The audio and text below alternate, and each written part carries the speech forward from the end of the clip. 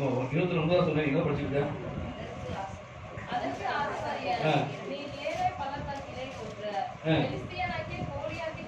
பெலிஸ்தனாகிய கோலியாத்தின் பட்டயம் இதோ ஏபோத்துக்கு பின்னாக ஒரு புடவிலை சுருட்டி வைத்திருக்கிறது.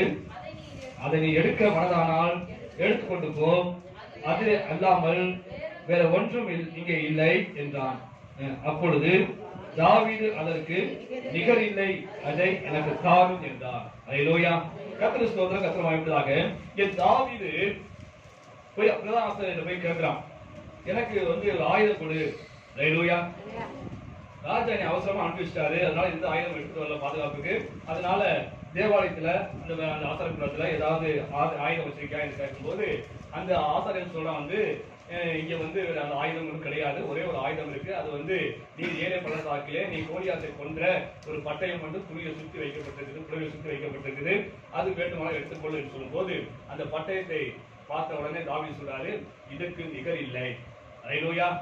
இதற்கு நிகர் இல்லை, அந்த பட்டயத்தை தாரும் என்று சொல்லி அந்த பட்டயத்தை வாங்கினதை பார்க்கிறோம். அல்லேலூயா. ஆக இந்த நாட்களிலே இந்த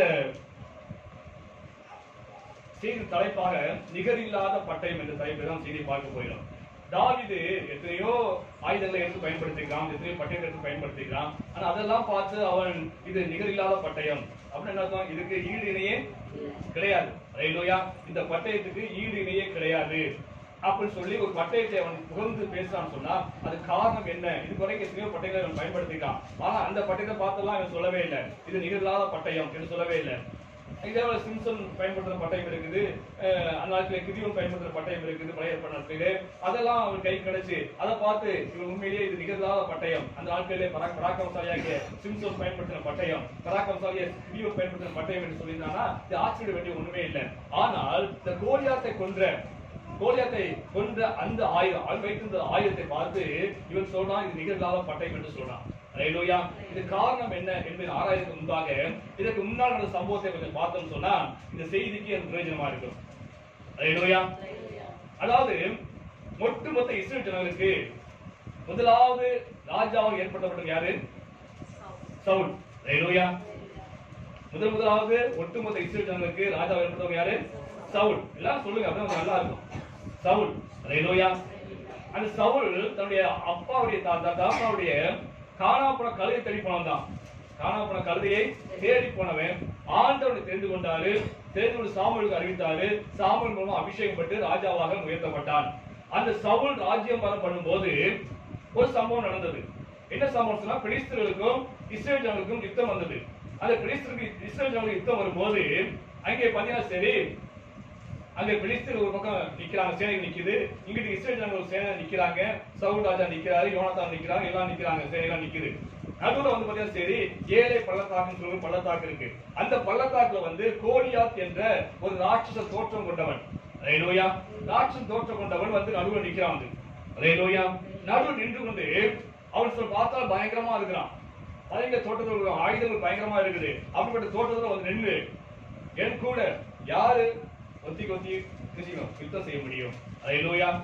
நீங்க எங்களோட யுத்தம் செய்து உங்களை என்னோட யுத்தம் செய்து என்னை ஜெயிச்சுதான் சொன்னா நாங்க உங்களுக்கு அடிமை. அல்லேலூயா. இல்ல நீங்க என்னோட யுத்தம் செய்து நீங்க ஜெயிச்சுன்னு சொன்னா நாங்க உங்களுக்கு அடிமை சொல்லி சவால் விடுறான். இப்படியாக 40 நாட்கள் அவன் சவால் விட்டு ஆண்டவருடைய சேனையை நிந்திக்கிறான். கர்த்தருடைய சேனையை நிந்தித்துக் கொண்டிருக்கிறான். அல்லேலூயா. அந்த 40 நாள் இஸ்ரவேல் ஜனங்கள் வேதனைப்பட்டுக் கொண்டிருக்காங்க. வசனங்களை வாசிப்போம். 1 சாமுவேல் 17ஆம் அதிகாரம் 4 இருந்து 10 வாசிப்போம். 1 சாமுவேல் ஆத்மூரானாகிய கோலியாத் என்னும் ஒரு பேருள்ள ஒரு வீரன் பெலிஸ்தரின் பாளையத்திலிருந்து புறப்பட்டு வந்து நடுவே நிற்பான். அவன் உயரம் 6 முழமும் 1 ஜானுமாம். 6 முழம் 1 ஜானுமாம். அவன் தன் தலையின் மேல் வெண்கல சீராவை போட்டு ஒரு போர் கவசம் தரித்துக் கொண்டிருப்பான். அந்த கவசத்தின் நிறை 5000 சேக்கலான வெண்கலமாய் இருக்கும். அவன் தன் கால்களிலே வெண்கல கவசத்தையும் தன் தோள்களின் மேல் வெண்கல கேடகத்தையும் தரித்திருப்பான். அவனுடைய ஈட்டி 4 நெசவுக்காரின் படைமரத்தின் கனதியும் அவன் ஈட்டியின் அழகு 600 சேக்கல் இருப்புமாய் இருக்கும். அரிசை பிடிக்கிறவன் அவனுக்கு முன்பாக நடப்பான். அவன் நின்று இஸ்ரவேல் சேனைகளை பார்த்து சத்தமிட்டு நீங்கள் யுத்தத்திற்கு அணிவகுத்து நிற்கிறது என்ன? நான் பெலிஸ்தன் அல்லவா? நீங்கள் சவுலின் சேவகர் அல்லவா? உங்களில் ஒருவனை தெரிந்து கொள்ளுங்கள். உங்கள் ஒருவனை தெரிந்து கொள்ளுங்கள், அவன் என்னிடத்தில் வரட்டும், அவன் என்னோட என்னோட யுத்தம் பண்ணவும் என்னை கொல்லவும் சமர்த்தனானால் நாங்கள் உங்களுக்கு வேலைக்காரராக இருப்போம். அவனை ஜெயித்து அவனை கொள்வேனானால் நீங்கள் ஒரு வேலைக்காரராக இருந்து எங்களை சேமிக்க வேண்டும் என்று சொல்லி, பெலிஸ்தியன் நான் இன்றைய தினம் இஸ்ரவேலுடைய தேவனை நிந்தித்தேன், இஸ்ரவேலுடைய சேனைகளை நிந்தித்தேன், நாம் ஒருவர் யுத்தம் பண்ண ஒருவனை விடுதலை என்று சொல்லி கொண்டு வருவான். ஹல்லேலூயா. அது 16 வசனம் வாசிப்போம். 16 வசனம். தாவீது எல்லாருக்கும் இளையவன், மூத்தவர்களாகிய அந்த 3 பேரும் சவுலோட கூட போயிருந்தார்கள். இல்ல 16 வசனம் 14. அந்த பெலிஸ்தியன் காலையிலும் மாலையிலும் 40 நாள் வந்து நிற்பான். அது 24 வசனம் வாசிப்போம். இஸ்ரவேலர் எல்லாரும் அந்த மனுஷனை காணும்போது மிகவும் பயப்பட்டு அவன் முகத்துக்கு விலகி ஓடி போவார்கள். ஹல்லேலூயா. 40 நாள் வந்து அந்த ராட்சசன் வந்து தோற்றம் உள்ளவன் வந்து நின்று ஜனங்களை பயமுறுத்தி கொண்டிருக்கிறான். எல்லாருக்கும் பயம், மரண பயம். ஹல்லேலூயா. எல்லாருக்கும் மரண பயம். சவுல் ராஜாவுக்கு மரண பயம். ஹல்லேலூயா. இளவரசருக்கு மரண பயம். அங்க சேனை தலைவர்களுக்காக அவருக்கு மரண பயம். இப்படி எல்லாரும் பயந்து கொண்டிருக்காங்க. அவர் முகத்துக்கு விலகி போறாங்க. எப்படி பார்த்துவானோ, பார்த்து கூப்பிட்டுவானோ என்று பயந்து கொண்டு எல்லாரும் முகத்துக்கு விலகி எல்லாம் ஓடிக்கொண்டிருக்காங்க. இப்படிப்பட்ட சூழ்நிலையிலே அவன் இஸ்ரவேல் சேனையை நிந்திக்கிறான். ஆண்டவரை சேனையை நிந்திக்கிறான். ஹல்லேலூயா.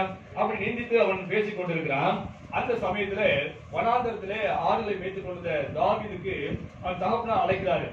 வா, புறப்பட்டு வா, நீ வந்து உன் சகோதரர்கள் யுத்த காலத்துல 3 பேர் வேலை செய்து சகோதரோட வேலை செய்து கொண்டிருக்காங்க. அங்க போய் நீ அந்த சகோதரர்களை விசாரித்து நலம் விசாரித்து இதெல்லாம் வந்து கொடுத்துட்டு வான்னு சொல்லி தாவீதுக்கு அவருடைய தானியெல்லாம் கொடுத்து கொண்டு போய் விசாரிச்சுட்டு வான்னு சொல்றாரு. அதற்கு கீழ்ப்படிந்து தாவீது இருக்கிறாரு. அங்க யுத்த காலத்துக்கு போறாரு. தங்கள் சகோதரை விசாரிப்பதற்காக போறாரு. சகோதரை விசாரிக்க போகும்போது அங்கே ஜனங்களுக்குள்ளாக ஒரே சலசலப்பா சத்தம் கேட்டுக்கொண்டிருக்குது. ஒருத்தர் பேசிக்கிட்டாங்க, சலசலப்பா இருக்குது, எல்லாம் ஒரே பரவத்தாக்காங்க. இதை பார்த்தவொடனே தாவீதுக்கு என்ன பிரச்சனை அப்படின்னு சொல்லி கேட்கும்போது அங்க உள்ளவங்க சொல்றாங்க, இப்படி 40 நாளா ஒருத்தர் வந்து எங்களுக்கு வந்து பயமுறுத்தி கொண்டிருக்கிறான். அவனுக்கு நாங்க பயந்து இன்னைக்கு நாங்க வந்து அவன் முகத்துக்கு விலகி ஓடி கொண்டிருக்கிறோம். ராஜாவை பயந்து கொண்டிருக்கிறாரு, சேனை தலைவர்கள் பயந்து கொண்டிருக்காங்க, யுத்தவர்கள் பயந்து கொண்டிருக்காங்கன்னு சொல்லி அவங்க தாவீது சொன்ன உடனே தாவீதுக்கு பயங்கர கோபம் வந்துச்சு. இவன் கோலியாத்து, இவன் பெலிஸ்தியன், விருத்தசேதனம் செய்யாதவன், இவன் இஸ்ரவேலுடைய சேனை நிந்திப்பதா, ஜீவன தேவனுடைய சேனை நிந்திப்பதா என்று சொல்லி கோபம் ஆவேசம் பட்டு வந்து நான் அவனை ஜெயிக்கிறேன்னு சொல்றான். நான் அவனோடு யுத்தம் செய்து நான் அவனை ஜெயிப்பேன் என்று சொல்லி சவால் விடுகிறான். இதை எழுத்தாங்க போய் சவுல் சொல்றாங்க, இப்படியாக ஒரு வாலிப பையன் வந்திருக்கான், யுத்தகலத்துக்கு வந்திருக்கிறான். அவன் என்ன சொல்றான் சொன்னா, நான் என்னை அனுப்புங்க, நான் போய் அந்த கோலியத்தை யுத்தம் செய்து அவனை ஜெயிச்சிருவேன் என்று சொல்லி சொல்றான். என்ன செய்ய அப்படின் போது அவன் அழைத்துவான்னு சொல்லும் போது தாவீதை அழைத்து கொண்டு சவுல் ராஜா கொண்டு போறாங்க. சவுல் ராஜா முன்னால் தாவீது நிற்கிறார். இவனுடைய வயசு வந்து 18 இருந்து 20 வரைக்கும் வாலிப வயசு. ஹல்லேலூயா. கடற்கரை இருக்கா? அப்படியே 18 இருந்து 20 வயசு வாலிப பையன். சவுல் ராஜா சொன்னா, என்ன தம்பி யுத்தத்துக்கு போயிருக்கியா? அவன் பெரிய பலசாலியான ஆளு, அவன் சிறு வயதுல இருந்த யுத்த வீரன், பராக்கிரமசாலியான ஆளு, அவனை யுத்தம் செய்ய முடியுமான்னு சொல்லும் போது ஆண்டவன் கூட இருக்கிறாரு. ஹல்லேலூயா. ஆண்டவன் கூட இருக்கிறாரு. நான் ஆடு மேய்க்கும் போது ஒரு முறை சிங்கம் வந்தது ஆட்டை பிடிக்கிறதுக்காக. அப்ப அந்த ஆட்டை காப்பாற்றுவதற்காக சிங்கத்தோட யுத்தம் செய்து சிங்கத்தை கொண்டு போட்டேன். ஒரு முறை கரடி வந்தது, அந்த கரடியும் வந்து ஆட்டை தப்புவிக்கிறதுக்காக அந்த கரடி நான் பாய பிளந்து வந்து கொண்டு போட்டேன். அன்னைக்கு இந்த கர்த்தர் இன்னைக்கு என் கூட இருக்கிறாரு. நான் என்ன செய்ய வந்து கர்த்தரை நாமத்தினால் அவனை யுத்தம் செய்து அவனை ஜெயிப்பேன்னு சொல்லி சொன்ன உடனே சவுலுக்கு தைரியம் வந்துச்சு. சரிப்பா, நீ போய் என்ன செய்ய யுத்தம் செய்ய சொல்லி அந்த யுத்த கவசங்கள், விசேஷமான கவசங்களா இருக்கும், அது தலைச்சீரா, யுத்த கவசங்கள், காலில் போடக்கூடிய கவசங்கள் எல்லாமே இருக்கும். அது எல்லாம் கையில கொடுத்து கத்தியும் கொடுத்து சொல்லும் போது அவனுக்கு வந்து அதை போட்டு நடந்து பாக்குறேன். நடக்க முடியல, சின்ன பையன் நடக்க முடியாது. அந்த யுத்த கவசத்தெல்லாம் போட்டு நடக்க முடியல. இது எனக்கு பழக்கம் இல்லாதனால எனக்கு இதெல்லாம் வேண்டாம்ட்டான். ஹல்லேலூயா. எனக்கு இதெல்லாம் வேண்டாம், எனக்கு வேண்டியது என்ன, அந்த ஆத்துல 5 கூழாங்கல் பிறகுனா கையில ஒரு கவன் வச்சிருக்கான். கவன் தான் தெரியும், வந்து இந்த காக்கா அடிவாங்க வில்லு, அந்த மாதிரி கொஞ்சம் பெருசா இருக்கும். கவன் வந்து பெருசா இருக்கும். வெயில வந்து நேரம் அடிப்பாங்க. அது வந்து அப்படி சுத்தி அடிப்பாங்க. இந்த கல்லை அந்த இதில் வச்சுட்டு சுத்தி சுழற்சி அடிப்பாங்க. அடிச்சாங்கன்னா கரெக்டா போய் அது புரிதவராம பாயும். அப்படிப்பட்ட ஒரு கவன் வச்சிருக்கான். இந்த 5 கூழாங்களையும் இந்த கவன் எனக்கு போதும் சொல்லி அவன் யுத்த காலத்துக்கு போறான். ஹல்லேலூயா. இங்க பாருங்க, கோலியாத்துடைய தோட்டத்தை பார்த்தீங்கன்னா சரி, அங்க சொல்லப்பட்டிருக்கு 6 முழம் 1 ஜான் முழம். அல்லேலூயா. பழைய ஏற்பாட்டுல 6 முழம் என்பது ஒரு ஜான் என்பது பார்த்தீங்கன்னா சரி, நம்ம வேத பண்டிதர் சொல்றாங்க 9 அடியும் 23 சென்டிமீட்டர் சொல்றாங்க. 9 அடி. சாதாரண மனுஷன் இன்னைக்கு 6 அடி மனுஷனை பார்த்தா என்ன சொல்லுவாங்க, ஏ அப்பா பயங்கர வளர்ந்துருக்கான்னு சொல்லுவாங்க 6 அடி மனுஷனை பார்த்தாலே. ஆனா இவனுக்கு என்னது 9 அடி உயரம். அல்லேலூயா. 23 சென்டிமீட்டர் உயரம். 6 அடியும் 9 அடியும் 23 சென்டிமீட்டரும் உயரம் உள்ளவன். அவ்வளவு பயங்கரமான தோட்டத்தோடு இருக்கான். அவன் போட்டு கவசம் பார்த்தீங்கன்னா சரி, வெண்கலத்தினால கவசம் போட்டுக்கிறான். அந்த கவசம் பார்த்தீங்கன்னா சரி 5000 சேக்கல் வெண்கலமா. அல்லேலூயா. 5000 சேக்கல் வெண்கலத்துக்கு இன்னைக்கு உள்ள அந்த கிலோகிராம்ல பார்த்தீங்கன்னா சரி அது 57 கிலோ சொல்றாங்க. எவ்வளவு உடம்புல போட்டுக்க கவசம் எவ்வளவு 57 கிலோ எடை உள்ள கவசத்தை போட்டுக்காங்க. அவன் கையில பெரிய ஈட்டி வச்சிருக்கான். அந்த ஈட்டிலே முனை போகிறோம் சரி, இந்த முனை வந்து இரும்பால் செய்யப்பட்டது. அந்த இரும்பால் செய்யப்பட்ட அந்த எடை வந்து பார்த்தீங்கன்னா சரி 600 சேக்கல் சொல்றாங்க. அதாவது சுமார் 7 கிலோ அளவுக்கு இரும்பால் செய்யப்பட்ட அளவு. ஈட்டி பெரிய ஈட்டி, அதுல முனை மட்டுமே இருக்குது 7 கிலோ. அப்ப அந்த அளவுக்கு எவ்வளவு தோற்றமாக இருப்பான், எவ்வளவு பராக்கிரமசாலி இருப்பான் என்று பாருங்க. அவ்வளவு பெரிய பராக்கிரமசாலியாக ராஜாவை பார்த்து பயப்படுறான், நடுகிறான். அந்த அளவுக்கு அவன் பெரிய தோற்றத்தோடு நிற்கிறான். அவன் சிறு வயது யுத்த வீரனுக்கு சவுலை சொல்றான். ஆனா இந்த யுத்த வீரனோட இந்த சாதாரண 18 வயசுல 20 வயசுக்குள்ள இந்த வாலிபன் இளைஞன் சார்ந்து யுத்தத்துக்கு போறேன்னு சொல்றான். இவனுக்கு எந்த யுத்த பயிற்சியும் கிடையாது. இவன் இதுவரைக்கும் எந்த யுத்த பயிற்சியும் பெற்றது கிடையாது. இவன் சின்ன வயசுல ஆயுதம் வச்சிருக்கான். சின்ன குச்சி வச்சுக்கிட்டு வந்து ஆயுதம் வைக்கக்கூடிய ஒரு சிறுவனாத்தான் இருக்காமடிய யுத்த பயிற்சி எல்லாம் பெற்றது கிடையாது. அது மட்டுமல்ல, அவன் போடுற கவசங்களோ ஆயுதங்கள் எதுவுமே இல்லை. இவன் இருந்தது என்னன்னா 5 கூழாங்கற்களை எடுத்துக்கொண்டான், கவன் வைத்துக் கொண்டாங்க. இது எனக்கு போதும் என்று சொன்னான். அல்லேலூயா. எந்த யுத்த பயிற்சி கிடையாத ஒரு மனுஷன். இப்ப நல்லா பாருங்க, கோலியாத் எதை நம்பி வரான்? எதை நம்பி வரான்? தன் சரீர பலத்தை நம்பி வரான். அல்லேலூயா. என்னை யாராலும் ஜெயிக்க முடியாது அப்படின்னு சொல்லி தன் சரீர பலத்தை நம்பி அவன் வரான். தன் ஆயுதத்தை நம்பி வரான். ஆனா தாவீது எதை நம்பி போறான்? கர்த்தருடைய நாமத்தை நம்பி மட்டும் போறான். அல்லேலூயா. அன்னைக்கு சிங்கத்தின் வாயை விளக்க செய்த தேவன் இன்னைக்கு இந்த கோலியாத்தின் ஜெயிக்க உதவி செய்வார். அல்லேலூயா. என்று கர்த்தருடைய நாமத்தை நம்பி மட்டுமே இவன் போயான். அல்லேலூயா. நாட்கள் நமக்கு வாழ்க்கையில் பிரச்சனை வரும்போது, போராட்டம் வரும்போது, எதிர்ப்பு வரும்போது நாம் சூழ்நிலை பார்க்கக்கூடாது. அல்லேலூயா. மனுஷன் பார்க்கக்கூடாது. எதிராளி எப்படிப்பட்ட மனுஷன், பெரிய ஆளுங்க, பெரிய அரசியல்வாதிங்க, பெரிய செல்வாக்கு இருக்குங்க, அவங்களோட போட்டி விட முடியாது, அதனால எங்களால ஜெயிக்க முடியாதுன்னு சொல்லி இன்னைக்கு அநேக வர எதிரியை பார்த்து பயந்து அடங்கி கொண்டிருக்காங்க. அல்லேலூயா. அங்க எவ்வளவு பெரிய ஆளானாலும் சரி, அன்னைக்கு பாரு கோலியாத் பெரிய ராட்சசன் போல தோற்றம் அளித்தான். சவுல் ராஜாவே பயந்தான். அப்படிப்பட்ட தோற்றம் உள்ள அந்த மனுஷனை கூட தாவீது சொல்றான், கர்த்தர் என் கூட இருக்கிறாரு. அல்லேலூயா. கர்த்தர் கூட இருக்கிறாரு. அவன் சொல்றான், கூட சொல்றான், ஏய் நாய் நினைச்சியா கலருக்கு வர அப்படின்னு சொல்றாங்க. அல்லேலூயா. நாய் நினைச்சியானே அப்படின்னு இவனுடைய பார்வையில அவன் நாய் போல தான். அல்லேலூயா. ஏன்னு சொன்னால் கர்த்தர் கூட இருக்கிறாரு. அல்லேலூயா. இன்னைக்கு வரக்கூடிய எதிர்ப்புகள், அவருடைய பிரச்சனைகள், அவருடைய போராட்டங்கள் எல்லாவற்றிலும் மேலானவர் யாரு? நமக்குள்ள இருக்க ஆண்டவர். அல்லேலூயா. அந்த விசுவாசம் நமக்கு வேணும். இன்னைக்கு அந்த விசுவாசம் இல்லாத அநேகம் பயந்து போறவன், அநேகம் சோர்ந்து போறவன், எதிராளியை பார்த்து பயப்படுறவன், யாரை பார்த்தும் பயப்பட அவசியம் இல்லை. யார் வந்தாலும் சரி அவனை காட்டிலும் நமக்கு இருக்கவர் பெரியவர். எவ்வளவு பெரிய பிரச்சனை வந்தாலும் சரி அந்த பிரச்சனை காட்டிலும் நமக்கு இருக்கவர் பெரியவர் என்ற விசுவாசம் தாவீதுக்கு இருந்துச்சு. அந்த விசுவாசம் உங்களுக்கும் எனக்கும் இருந்தால் நாம் எப்பேற்பட்ட ஆளுக்கு ஜெயிக்க முடியும். அல்லேலூயா. எப்பேற்பட்ட பிரச்சனை கூட நினைச்சிடும் மேற்கொள்ள முடியும். அல்லேலூயா. வாசி 1 சாமுவேல் 17ஆம் அதிகாரம் 37ஆம் வாசிப்போம். பின்னும் தாவீது என்னை சிங்கத்தின் கைக்கும் கரடியின் கைக்கும் தப்பிவிட்ட கர்த்தர் இந்த பெலிஸ்தருடைய கைக்கும் தப்பிவிப்பார் என்றான். விசுவாசம் அவனுக்கு. அல்லேலூயா. அது 40 45.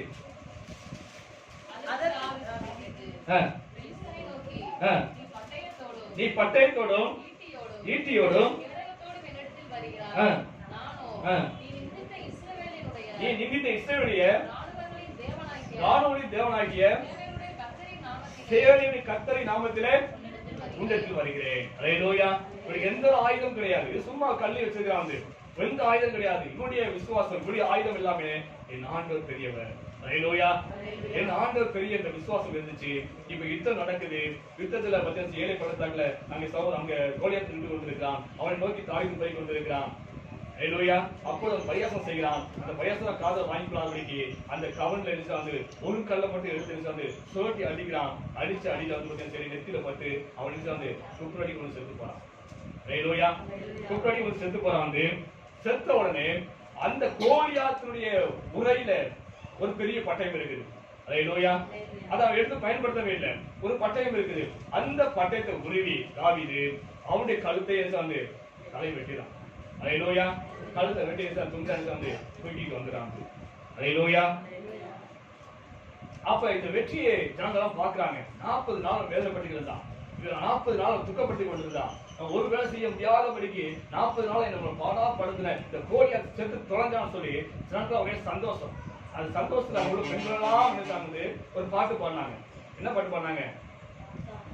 அவள் கொண்டது 1000, தாவீது கொண்டது 16,000. ஹல்லேலூயா என்று முறைமுறையா பாட ஆரம்பிச்சாங்க. இந்த பாட்டை கேட்டவன் சவுலுக்கு போராம வந்துருச்சு.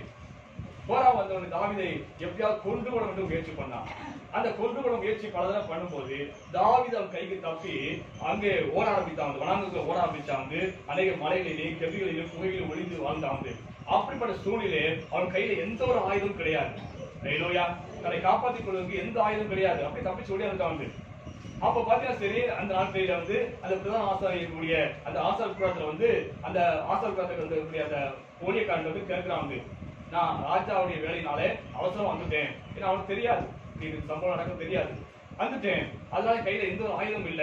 உங்கள்கிட்ட ஏதாவது ஆயுதம் இருக்கான்னு சொல்லும் போது அவன் என்ன சொல்றான் சொன்னா, நீ ஏழை பள்ளத்தாக்கிலே நீ கோலியாத்தினுடைய அந்த உரையில் இருந்த கத்தியை எடுத்து அவன் கழுத்தை வெட்டினே அல்லவா, அந்த கத்தி அந்த பட்டயம் இப்போதைக்கு இருக்குது. ஹல்லேலூயா. அது துணியில சுற்றப்பட்டு இருக்குது, யோபத்துக்கு பின்னால இருக்குது. நீ வேண்டுமானால் அதை எடுத்துக்கொள் சொல்றான். ஹல்லேலூயா. அதை எடுத்துக்கொண்ட அந்த தாவீது அதை பார்த்து சொல்றாங்க, இது நிகர் இல்லாத பட்டயம். ஹல்லேலூயா. இது நிகர் இல்லாத பட்டயம். ஏன் தாவீது அதை நிகர் இல்லாத பட்டயம் என்று சொன்னான்? அதான் தியானிக்கிறோம். ஹல்லேலூயா. வசனம் வாசிப்போம். 1 சாமுவேல் 21:8-9 வாசிப்போம். தாவீது அகிமெலேக்கை பார்த்து, இங்கே உம்முடைய வசத்தில் ஒரு ஈட்டி ஆனாலும் பட்டயமானவன் இல்லையா? ராஜாவின் காரியம் அவசரமானபடியினால் என் பட்டயத்தை ஆகிலும் என் ஆயுதங்களை ஆகிலும் நான் எடுத்துக்கொண்டு வரவில்லை என்றார். அதற்கு ஆசாரியன், நீர் ஏழை பள்ளத்தாக்கிலே கொன்ற பெலிஸ்தனாகிய கோலியாத்தின் பட்டயம் இதோ ஏபோத்துக்கு பின்னாக ஒரு புடவையிலே சுருட்டி வைத்திருக்கிறது. அதை நீர் எடுக்க மனதானால் எடுத்துக்கொண்டு போ. அதுவே அல்லாமல் வேறொன்றும் இங்கே இல்லை என்றார். வேறொன்றும் எனக்கு இல்லை.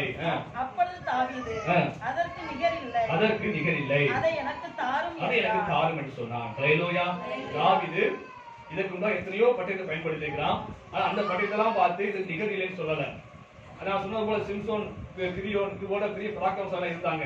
அவங்க வைத்து இந்த பட்டயத்தை பார்த்து இதெல்லாம் பெரிய பராக்கிரமசாலி பயன்படுத்தின பட்டயம், இதுக்கு நிகர் இல்லாத பட்டயம் என்று சொல்லி அந்த பட்டயத்தை பார்த்து சொன்னாங்க. ஆச்சரியப்படுறதுக்கு ஒன்றுமே இல்லை.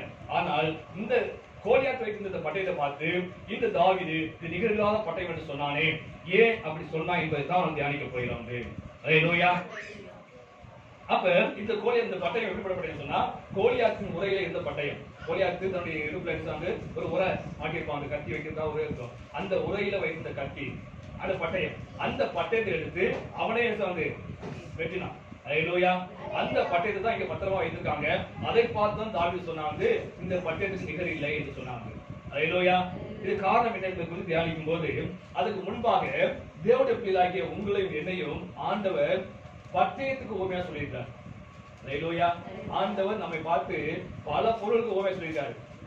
உதாரணத்துக்கு உப்புக்கு உவமையா சொல்லியிருக்காரு இல்லையா? வெளிச்சத்துக்கு உவமையா சொல்லியிருக்காரு, நீ உலகத்துக்கு வெளிச்சமா இருக்கிறீர்கள் என்று வெளிச்சத்துக்கு உவமையா சொல்லியிருக்காரு. ஒளிய மரத்துக்கு உவமையா சொல்லியிருக்காரு, நீங்க ஒளிய மரத்துக்கு உவமையா சொல்லியிருக்காரு. அதுபோல மாளிகைக்கு உவமையா சொல்லியிருக்காரு, தோட்டத்துக்கு உவமையா சொல்லியிருக்காரு. இப்படி அநேக காரியங்கள் மூலமாக தேவனோடு பேசுறாரு. ஓமை என்று சொன்னால் நமக்கு எல்லாருக்கும் தெரிந்த ஒரு பொருளை வைத்து நமக்கு தெரியாத புரியாத அநேக ஆவிக சக்திகளை விளக்குவதா என்னது ஓமையா சொல்வது. ஆண்டவர் புதிய வந்து ஆண்களை இயேசு கிறிஸ்து பேசின பிரசங்கத்துல நீ பார்த்தா சரி, அநேக பிரசங்கம் எப்படி இருக்கும்? ஓமையா இருக்கும். ஹalleluya. அது போல தான் இங்கேயும் சொல்லப்பட்டிருக்குது, ஆண்டவர் உங்களை என்னையும் எதுக்கு ஒப்பா சொல்லிருக்காரு? பட்டயத்துக்கு ஒப்பா சொல்லிருக்காரு. வசனம் வாசிப்போம். சகரியாவுல 9:13 வாசிப்போம். சகரியா 9:13. நான் எனக்கென்று யூதாவை நாணேற்றி எப்பிராயீமிலே வில்லை நிரப்பி சீயோனே உன் புத்திரரை கிரேக்கு தேச புத்திரருக்கு விரோதமாக எழும்பி உன்னை பராக்கிரமசாலியின் பட்டயத்துக்கு ஒப்பாக்குவேன். உன்னை பராக்கிரமசாலியின் பட்டயத்துக்கு ஒப்பாக்குவேன். ஹalleluya. நீங்கள் நானும் பராக்கிரமசாலியை வைத்திருக்கக்கூடிய பட்டயத்துக்கு ஒப்பாக்குவேன். ஹalleluya. கோலையின் கையில் இருக்க பட்டயம் அல்ல. கோலையின் கையில் இருக்க பட்டயம் என்னது? அதுக்கு ஒப்பாக நான் சொல்றேன். யாரு? பராக்கிரமசாலியின் கையில் உள்ள அந்த பராக்கிரமசாலி யாரு? இயேசு கிறிஸ்து பராக்கிரமசாலி. ஹalleluya. அவருடைய கையில் இருக்கிற பட்டயத்துக்கு ஒப்பாக்குவேன் என்று ஆண்டவர் நமக்கு வாக்கு பண்ணியிருக்கிறாரு. ஹalleluya. இன்னொரு வசனம் வாசிப்போம். எரேமியா 51:20 வாசிப்போம்.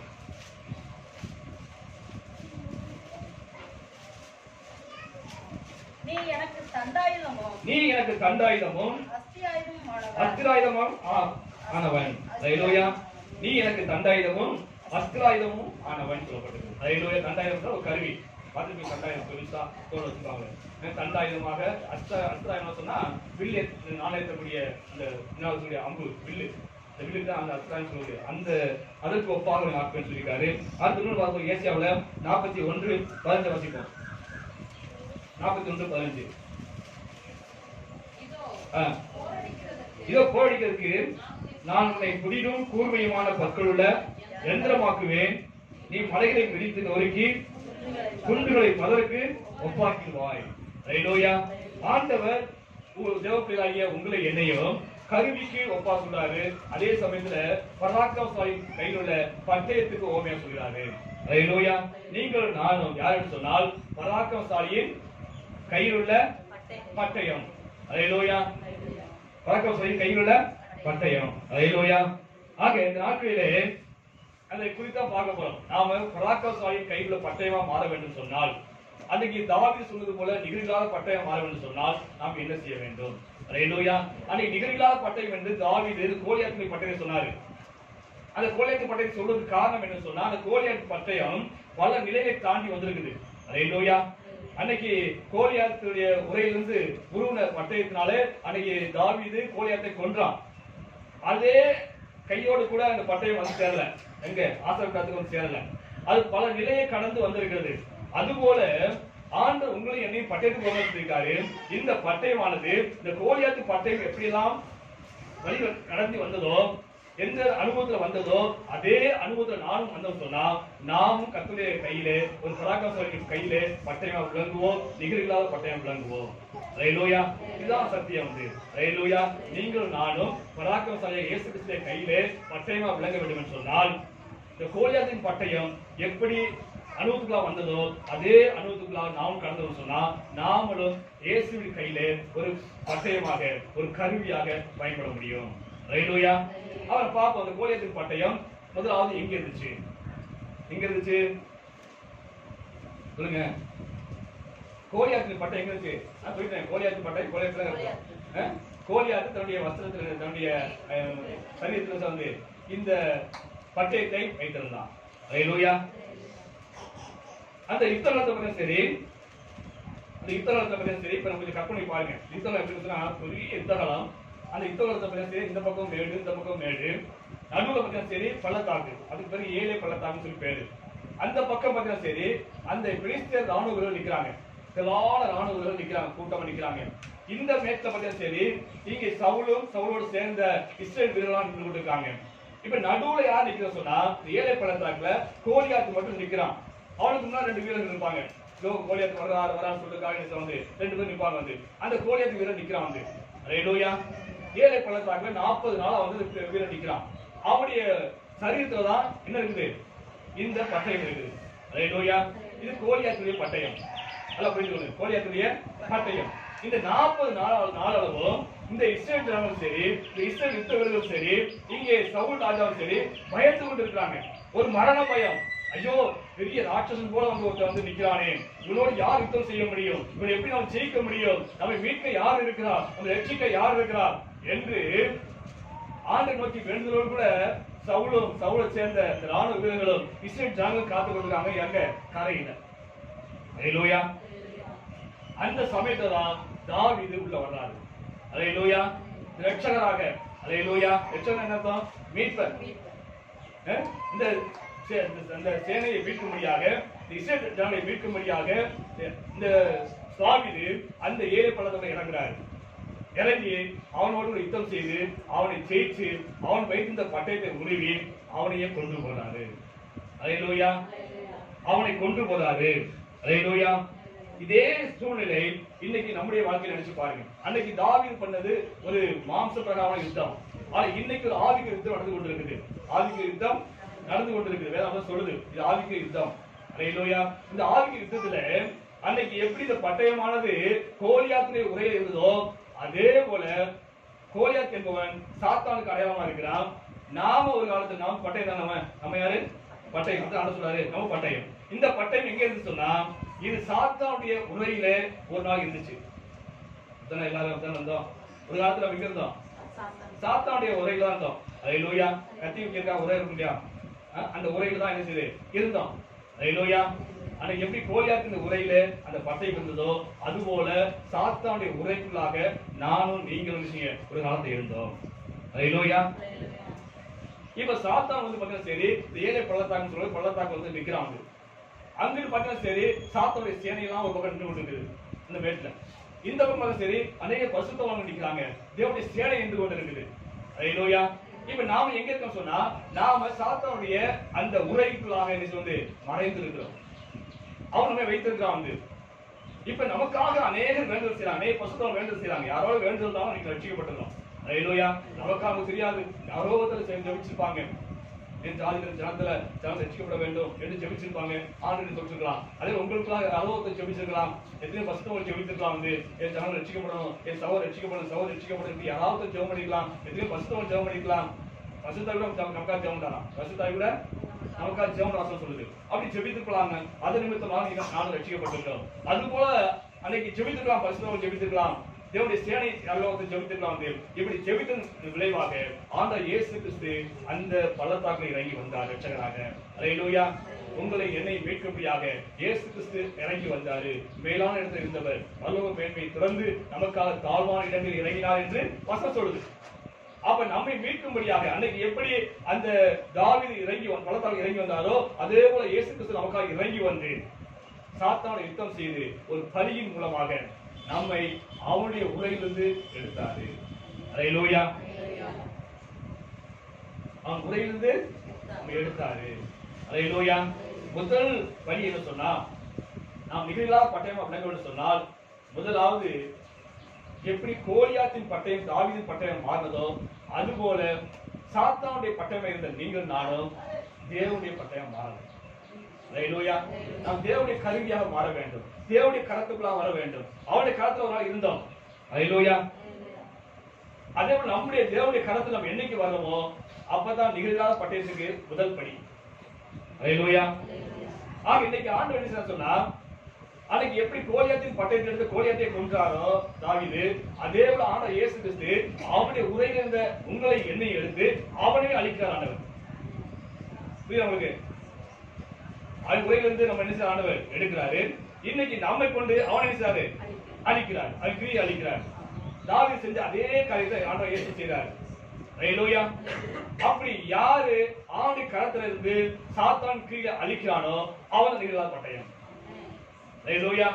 அப்படி பட்டயம் எடுத்து ஆண்டவர் விரும்புறார் நம்மள. எப்படி கோலியாத்தின் பட்டயத்தை எடுத்து கோலியாத்தை தாவீது வென்றானோ ஜெயித்தானோ கொன்றானோ அதே போல ஆண்டவர் இயேசு கிறிஸ்து அந்த சாத்தானின் கையில இருந்த உங்களை என்னை மீட்டு அவனை கொண்டு என்னை கொண்டு உங்களை கொண்டு பிசாசின் கிரியை யார் அழிக்கிறானோ அவன் தான் ஆண்டவருடைய கரத்திற்குரிய பட்டயம். அவன் தான் நிகழாத பட்டயம் விளங்க முடியும். அல்லேலூயா. எத்தனை நீங்க பயன்படுறோம் ஆண்டவர் கைத்துல சொல்லுங்க. ஆகும் ரட்சிக்கப்பட்ட எத்தனை வருஷம் ஆச்சு? நீங்க ஆண்டு கரத்துல இருந்து கொண்டு இந்த ஊர்ல அட்டகாசம் செய்யற பிசாசுகளை எத்தனை கட்டுறோம், எத்தனை கிரியை அழிக்கிறோம் நினைச்சு பாருங்க. உண்மையிலேயே ஆண்டு விரும்பக்கூடிய பட்டயம் இருக்கிறோமா என்று நினைச்சு பாருங்க. நீங்க ஆண்டு சொல்லுவாரு, ஒரு காலத்துல பிசாசின் கையில இருந்தாங்க, அவனுடைய வேலை செய்து கொண்டு இருந்தோம். நம்ம எல்லாமே ஏதோ விதத்துல அவனுக்கு அடிமையா இருந்தவங்க. இன்னைக்கு ஆண்டவர் அவனை அங்கிருந்து நம்ம எடுத்திருக்காரு, எடுத்துருக்காரு, அவனையே அழிக்க முடியாத ஆண்டிருக்காரு, அவன் பயன்படுத்துறாரு. அல்லேலூயா. ஆண்டவர் சொல்லுவாரு, ஒரு காலத்துல எல்லாம் பிசாசின் கையில இருந்தாங்க, ஆனா இன்னைக்கு என்னுடைய கருத்துல இருக்காங்க. எதுக்காக இருக்கான்னு சொன்னா அந்த பிசாசின் கையில அழிக்க முடியாத இருக்காங்க. அல்லேலூயா. அப்படி இருக்கும்போதுதான் நான் உண்மையிலேயே நிகழ்கால பட்டயம் விளங்க முடியும். அல்லேலூயா. இதான் ஊழியக்காரன் செய்வாங்க, ஊழியக்காரன் பிசாசை விளக்குவாங்க. அப்படியே சொல்றீங்க, வசனம் சொல்லுது, விசுவாசிக்கு நடக்கூடிய அடையாளங்கள் என்ன? நாமத்தினாலே துரத்துவாங்க, எல்லாரும் துரத்தணும். அல்லேலூயா. அது துரத்தாத பட்சத்தில் நாம் ஜெயிக்க முடியாது. நமக்கு அதிகாரத்தை ஆண்டு கொடுத்திருக்காரு, அந்த அதிகாரத்தை பயன்படுத்த வேண்டும். அதிகாரம் ஆண்டு கொடுத்தாலுமே அதிகாரத்தை பயன்படுத்தாம அதை முடக்கி வச்சிருக்க அதிகாரத்தை பயன்படுத்தணும். என் நாமத்தில் பிசாசை துரத்துவார்கள் என்று சொல்லியிருக்கிற ஆண்டவர், நான் துரத்துறேன்னு சொல்லணும், அப்ப அது ஓடும். அந்த விசுவாசம் இல்லை என்று சொன்னால் அது நம்மளை துரத்தணும். அல்லேலூயா. இன்னைக்கு நம்ம ரட்சிக்கப்பட்டு 10 வருஷம் ஆனாலும் சரி, 5 வருஷம் ஆனாலும் சரி, இன்னைக்கு அதுதான் நம்ம துரத்திட்டு போய் நாம துரத்தவோட இல்லை. அல்லேலூயா. இப்ப தேவன் எதிர்பார்க்கக்கூடிய அளவுக்கு நாம் என்ன செய்யல, ஆண்டுக்குள்ள வளரல. அல்லேலூயா. ஆண்டு எதிர்பார்க்கிற அளவுக்கு நம்ம வளரல. உலகத்தை பார்த்து உலகத்தை சம்பாதித்தான் ஓட முடிய, உலகத்தை காரியத்தை தேட முடிய, நம்ம ஆண்டவர் எது நோக்கத்தை அழைத்தாலும் எது நோக்கத்தை தெரிந்து கொண்டாலும் அது நோக்கம் நிறைவேற நம்ம அர்ப்பணிப்பது கிடையாது ஆண்ட காலத்துல. அல்லேலூயா. ஆக அந்த நாட்களிலே ஆண்டவர் தாவீது கோலியாத்தின் பட்டயத்தை நிகழாத பட்டயம் என்று சொன்னாரு. அல்லேலூயா. இது எப்பொழுது நிகழாத பட்டயம் மாறியது பார்த்துட்டோம். ஆண்ட காலத்துல நம்ம நீங்கள் ஆணையம் இருக்கிறோம், எதுனா இருக்குன்னு சொன்னா அந்த பிசாசுக்கு அடிக்க முடியாது இருக்கிறோம். இப்ப பார்த்து ஆண்ட சொல்லுவாரு, இது நிகழாத பட்டயம். எப்ப சொல்லுவாரு? அந்த காலத்துல கரியா இருந்து பிசாசு கீழே அழித்தம் சொன்னா ஆண்ட சொல்லுவாரு, இது நிகழாத பட்டயம். அல்லேலூயா. எதிரியை பட்டயத்தை எடுத்து எதிரியை வீழ்த்தினதுனாலதான் தாவீது சொன்னாரு, இது நிகழே கிடையாது, நிகழாத பட்டயம் சொன்னாரு. அல்லேலூயா. சரி, எப்பொழுது நிகழாத பட்டயம் மாறிச்சு அப்படின்னு பாத்தீங்கன்னா, சரி வாசி 1 சாமுவேல் 17ஆம் அதிகாரம் 54 வாசிப்போம்.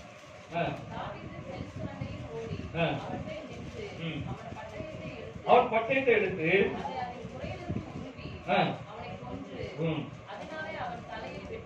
வெட்டி போட்டான். அல்லேலூயா. இங்க பாருங்க, கோலியாத்தின் உரையில இருந்த ஒரு பட்டயம், அந்த பட்டயத்தை எடுத்து அது அன்னைக்கு அவனுக்கு பயன்படல. யாருக்கு? கோலியாத்து பயன்படுத்தல. அந்த பட்டயத்தை பயன்படுத்தாத உள்ள உரை வச்சிருந்தாங்க. ஆனா தாவீதை எடுத்து அவனையும் வெட்டி போட்டான்னு பேச வாசிக்கிறாங்க. அல்லேலூயா. இந்த ஆயுதம் நல்ல கூர்மையான ஆயுதம் தான், ஒரு வல்லமையான ஆயுதம் தான் உண்டு. அவன் பெரிய ராட்சசன் போல இருந்தவன், இந்த ஆயுதம் இருக்கும். நல்லா என்ன செய்வது, ஈட்டியே பார்த்தீங்கன்னா ஈட்டி முனையே 7 கிலோ இரும்பு சொல்லப்பட்டிருக்கு. அப்ப அந்த கத்தி எவ்வளவு பெருசா இருந்திருக்கும், எவ்வளவு பெருசா இருக்கு, எவ்வளவு சக்தி உள்ளதா இருக்கு, எவ்வளவு கூர்மையா இருந்திருக்கு பாருங்க. அது வல்லமில்ல கத்தி தான், பட்டயம் தான்.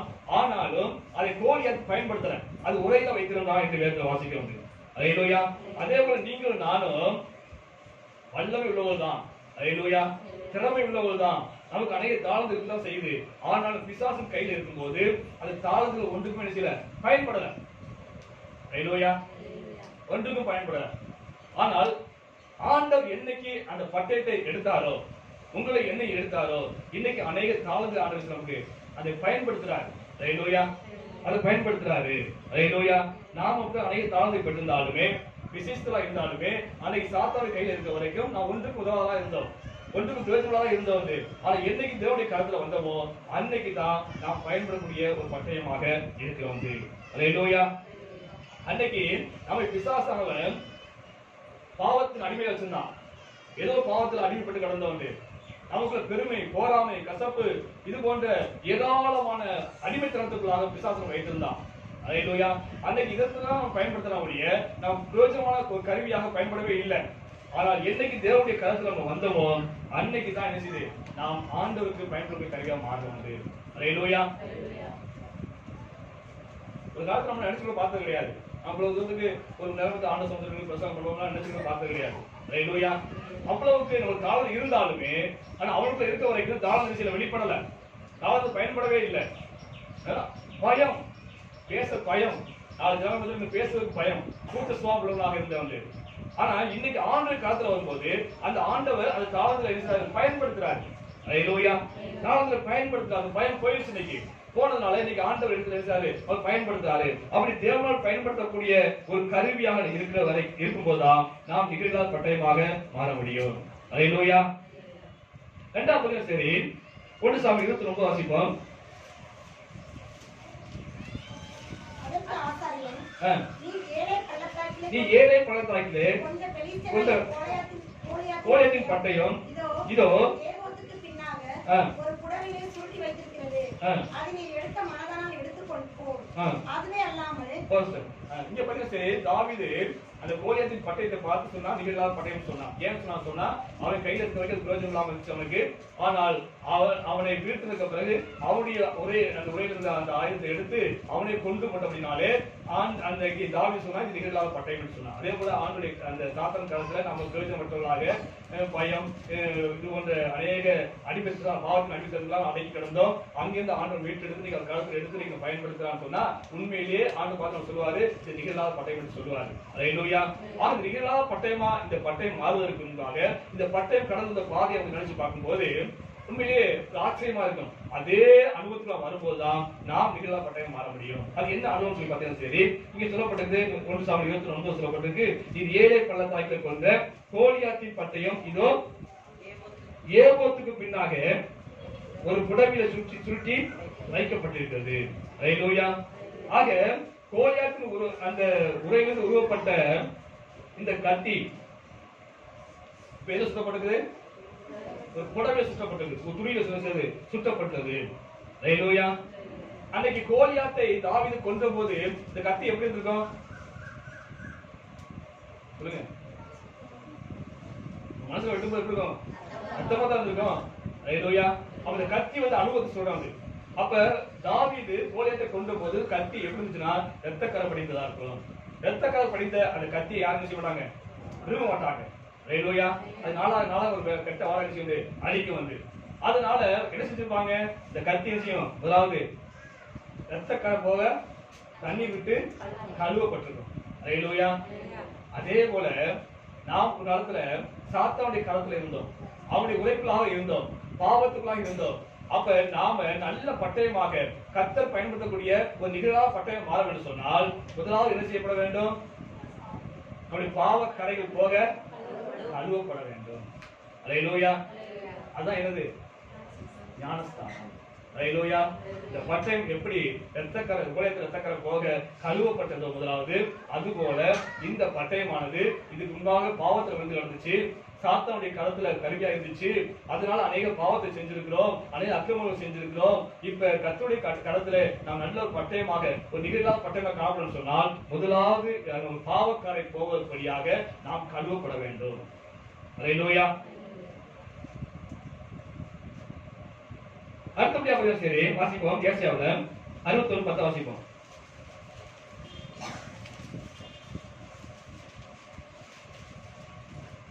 கர்த்தருக்குள் பூரிப்பாய் மகிழ்கிறேன், என் தேவனுக்குள் என் ஆத்துமா களிகூர்ந்திருக்கிறது.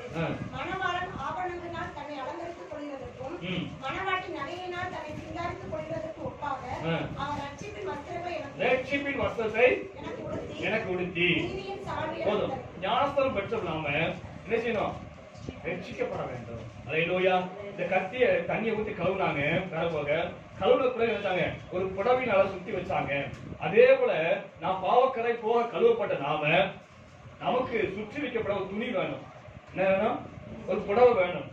அது என்ன புடவைன்னு சொன்னால் அதான் சொல்ல ரட்சிப்பு இந்த வஸ்திரத்தை என்றாரு எனக்கு ஆண்டவர் உடுத்தி விட்டாரு. அல்லேலூயா. ரட்சிக்கப்பட வேண்டும். அதான் வசனம் சொல்லுது. தீத்து 3ஆம் அதிகாரம் 5 வாசிப்போம்.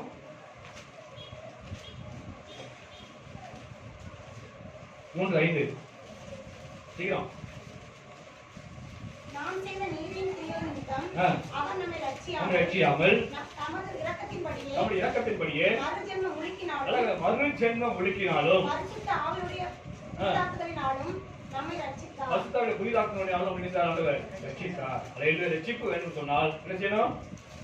என்ன செய்யணும் சொல்லுங்க? என்ன வசனம் வாசிங்க? மறுஜென்மம் முழுக்கினாலே அப்ப என்னது? ஞானஸ்தானம். ஞானஸ்தானம் எடுப்பது என்ன அர்த்தம்? பாவம் கழுவப்படுறது. அப்புறம் என்னது? தேவனோடு செய்கிற உடன்படிக்கை. அல்லேலூயா. தேவனோடு செய்கிற உடன்படிக்கை. ஆண்டவரே இதுவரைக்கும் நான் பாவத்தில் இருந்தேன், பிசாசின் காலத்துல இருந்தேன், ஆனா இனி நாட்களிலே வர நாட்களிலே நான் உமக்கென்று பிழைப்பேன், நீதிக்காக ஜீவிப்பேன் அப்படின்னு சொல்லி ஆண்டவரோடு செய்கிற உடன்படிக்கை தான் என்னது? ஞானஸ்தானம். அல்லேலூயா. அந்த ஞானஸ்தானம் என்பது கட்டாயம் எடுக்க வேண்டிய ஒன்று. நாம் பிசாசின் கருத்துல இருந்தோம், பாவத்தை செஞ்சோம், செய்யாத பாவமே கிடையாது, அவ்வளவு அக்கிரமம் செஞ்சிருக்கிறோம். அங்கிருந்து விடுவிக்கப்பட்ட நாம முதலாவது செய்ய வேண்டியது தண்ணீரால் கழுவப்பட வேண்டும். அதாவது மறுஜென்மம் உங்களுக்கு அந்த ஞானஸ்தானம் வந்தாச்சுன்னா, தேவன் உடன்படிக்கை எப்படி இருக்கணும்? எப்படி இருக்கணும்? மறுஜென்மம். அல்லேலூயா. மறுஜென்மம் எடுத்தாச்சு. அல்லேலூயா. நான் பாவத்துக்கு செத்து என்ன செய்யுது? மறுஜென்மம் எடுத்தாச்சு. அல்லேலூயா. ஒரு புதிய சிருஷ்டியா மாறியாச்சு. இதுதான் ரட்சிப்புக்கு அடையாளம். என்னது? புது சிருஷ்டிப்பு. அல்லேலூயா. நீங்க புது சிருஷ்டிப்பு அடைஞ்சிக்கிறோமா? சபைக்கு வந்துட்டோம், ஞானஸ்தானம் எடுத்தாச்சு. ஞானஸ்தானம் எடுத்தாலுமே அந்த பழைய சுபாவம் மாறி நீங்க புதிய சிருஷ்டியா மாறிருக்கோம் நினைச்சு பாருங்க. இன்னைக்கு தேவன் உங்களை என்ன எடுத்து பயன்படுத்த முடியாத காரணம் அதுதான். ஞானஸ்தானம் எடுத்துட்டோம், ஏதோ 3 மாசம் தரிசிக்கு வந்தோம், பாஸ்டர் முக்கிய எடுத்துட்டாரு. ஏன் முக்கினா தெரியல, பாஸ்டர் தெரியல, விசுவாசிகள் இல்ல தெரியல. அதே போல வாழ்ந்து கொண்டு இருக்க முடியும். 10 வருஷம் ஆனாலும் 15 வருஷம் ஆனாலும் அதே போல வாழ்ந்து இருக்க முடியும். நம்ம ஜீவியத்துல ஒரு மாற்றம் வரல. அல்லேலூயா. அதுதான் ரட்சிப்பு.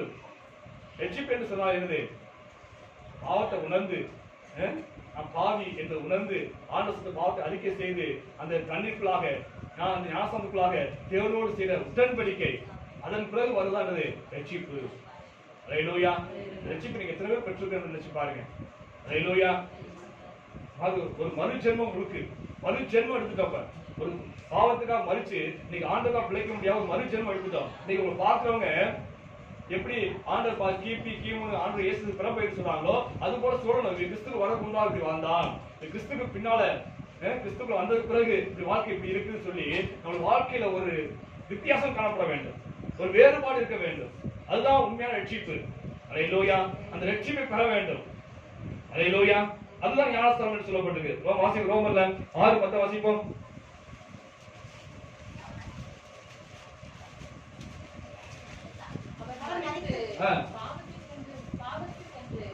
மரித்து பாவத்துக்கென்று ஒரே தரம் மரித்தார், பிழைத்திருக்கிறது தேவனுக்கென்று பிழைத்திருக்கிறார். பாவத்திற்கு மரிச்சிடணும். அல்லேலூயா. பாவத்துக்கு செத்துறணும். அப்புறம் தேவனுக்கென்று பிழைத்துக்களாகவும் எண்ணிக்கொள்ளுங்கள். அல்லேலூயா. நாம மறுஜென்மம் எடுத்துட்டோம், பாவத்துக்கு செத்துட்டோம், இனிமே ஆண்டவருக்காக பிழைக்க என்று நினைத்துக் கொள்ளுங்கள். அதுதான் ஞானஸ்தானம். அல்லேலூயா. எத்தனை ஞானஸ்தானம் உணர்ந்து நீங்க எடுத்துக்கிறோம். இன்னைக்கு ஞானஸ்தானம் எடுத்த பிறகு கூட இன்னைக்கு உணர்ந்து முன்னே வளர்ந்துருக்கோமா, ஒரு மறுஜென்மம் எடுத்துருக்கோமா, பார்த்து மற்றவங்க சொல்லுவாங்களா, ஓ இவ்வளவு மாற்றம் வந்துச்சு உங்களுக்குள்ள, எப்படி வந்துச்சு மாற்றம் என்று மற்றவங்க பார்த்து கேட்பாங்களா? நீ தேவன் எடுத்து பயன்படுத்த முடியாத காரணம் அதுதான். ஆண்டு களத்துல கரியா பயன்பட முடியாத போற காரணம் அதுதான். உண்மையா ரட்சிப்பு இல்ல, மாய்மாலதான் வாழ்ந்து கொண்டிருக்க முடிய உண்மையா ரட்சிப்பு கிடையாது. அல்லேலூயா. உண்மையா ரட்சிப்பு இருக்க வேண்டும். அல்லேலூயா. 1 பேதுரு 3:20 வாசிப்போம்.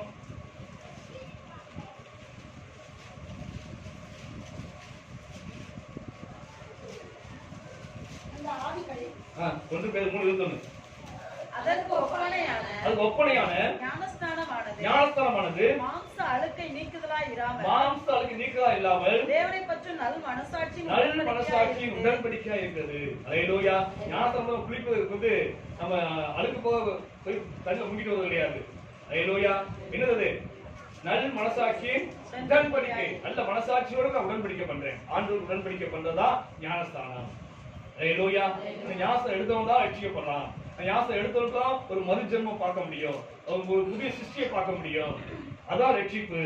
இந்த கத்தி, இந்த பட்டயமானது இந்த அணுகுல வந்திருக்குது, அது கழுவப்பட்டிருக்குது. அது மட்டும் இல்லாமல் ஒரு புடைய சுற்றப்பட்டிருக்குது. அது ஆவிக்கு அர்த்தம் என்று சொன்னா ஞானஸ்தானத்தினாலே நாம் கழுவப்பட வேண்டும். பாவக்கரை கழுவப்பட வேண்டும். 2வது ரட்சிப்பு என்ற வஸ்திரத்தை நினைச்சினோம் ஆண்டவர் கொடுக்கிறார். அல்லேலூயா. இந்த வஸ்திரத்தை பெற்றவர்களாக இருக்க வேண்டும். அடுத்து 3வது வாசிப்போம். எசேக்கியேல் 16:4 வாசிப்போம்.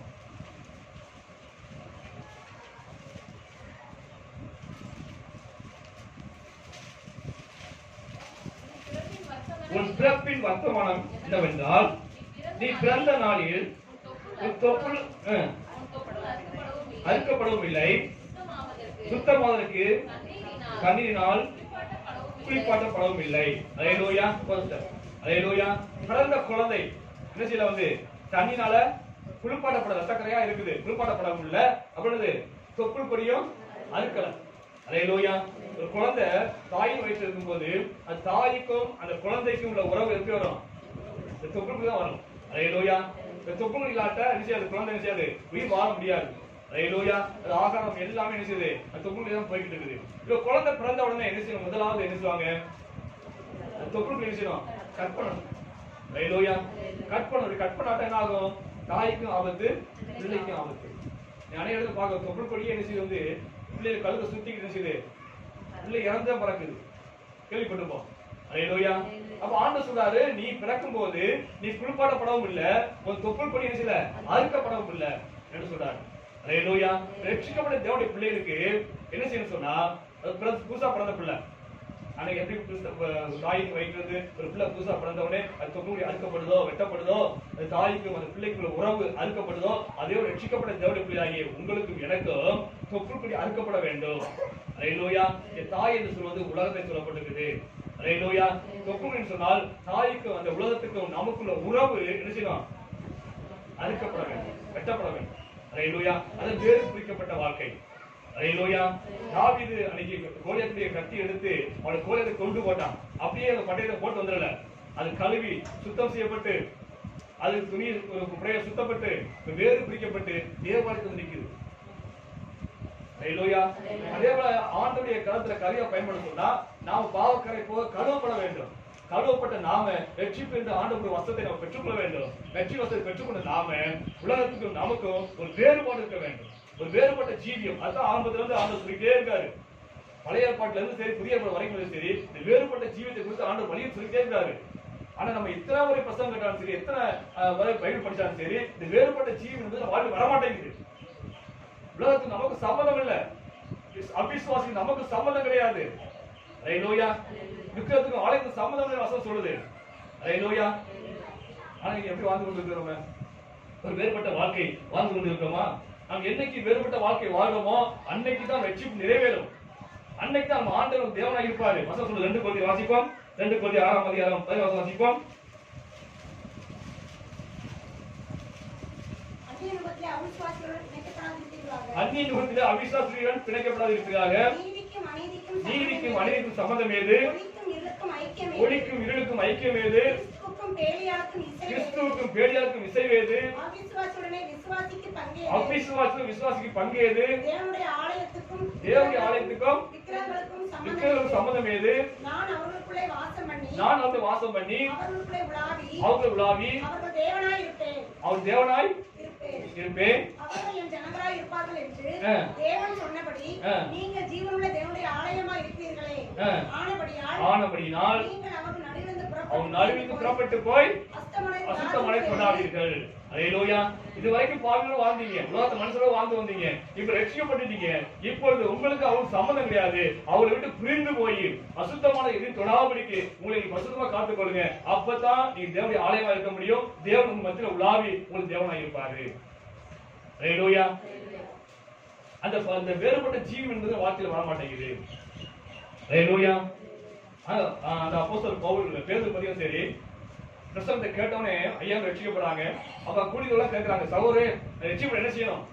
ரட்சிக்கப்படுவதற்கு என்ன செய்யணும் கேட்கும் போது என்ன சொல்றாரு? அந்த பேர் சொல்றாரு, இந்த மாறுபாடு சந்ததியை விட்டு விலகு. அல்லேலூயா. இவங்கெல்லாம் சத்தத்தை கேட்டாங்க, ஆனா உணர்வு இல்லை. அவ இன்னும் பாவத்தை சீட்டு கொடுக்காங்க. அந்த ஜனங்களை விட்டு நேசியே விலகி வந்துரு, வேறுபட்டு வந்துரு. அவங்களை பார்க்காத, அவங்களை பார்த்து நீ காப்பி அடிக்காத, அவள் போற போக்க நீ போயிடாத. நீ வேறுபட்ட வாழ்க்கையை வாழ முடியாது, தெரிந்து கொள்ளப்பட்டவன். அவர் உலகத்தில் அழிந்து அழிய போறாங்க. நீ பருவத்தில் தெரிந்து கொள்ளப்பட்டவன். நீ எப்படி சொன்னா வேறுபட்ட ஜீவன் செய்ய வேண்டும் என்று ஆண்டு சொல்றாரு. அல்லேலூயா. இந்த வேறுபட்ட வாழ்க்கை வாழ வேண்டும் தான் தேவன் வச்சிருக்கிறாரு. ஆண்டவர் இயேசு கோயில் வாழ்ந்த போது சொல்றாரு, நான் உலகத்தில் வாழ்ந்தாலுமே நான் யாரு? அல்ல. அல்லேலூயா. இந்த உலகத்தில் அன்பு கூறாதீர்கள் சொல்றாரு இல்லையா ஆண்டவர்? உலகத்தில் என்ன சொல்றாரு? அன்பு கூறாதீர்கள். அன்னைக்கு என்ன செய்யறோம்?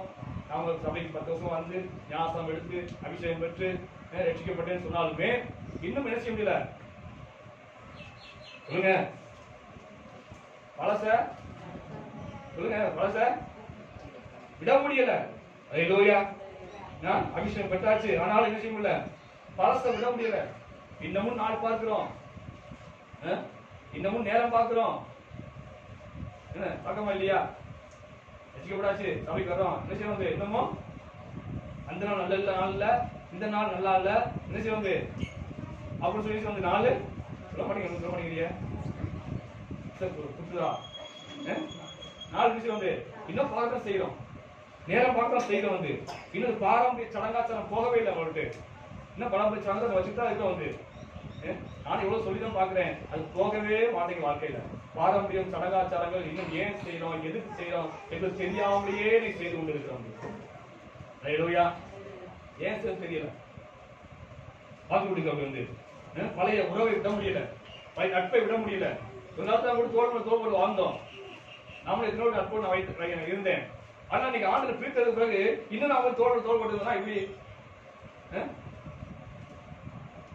அடிப்பான், தண்ணி அடிப்பான், எல்லாம் செய்வான். அவரோட தோல் போட்டு நான் நினைச்சது நான் அவங்க இன்னும் ஸ்நேகம் சொன்னா நான் ஆண்டுக்கு என் மேல் பிரியமா இருப்பாரு.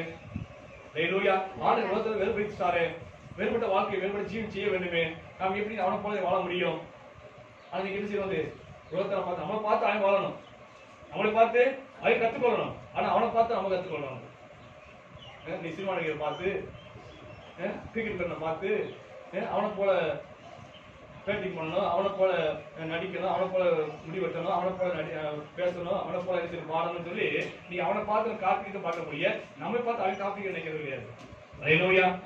ஆக பழைய பாரம்பரியங்கள் இன்னும் போகல, இன்னும் சாதி பெருமை போகல, இன்னும் ஊர் பெருமை போகல. நான் யார் தெரியுமா வெளுக்காரன் விடமா இல்லையா? என்ன நினைச்ச மாட்டேங்க, அந்த பெருமை நினைச்ச மாட்டேங்க, போக மாட்டேங்குது. தேவன் அதெல்லாம் வெறுக்கிறாரு, அதுதான் வேறு பிடிச்சிட்டாரு. அங்கேயும் தெரிந்து கொண்டு ஆண்டு வேறு பிடித்து வச்சிருக்காரு, மறுபடியும் சாக்கலையை விடுவணும்.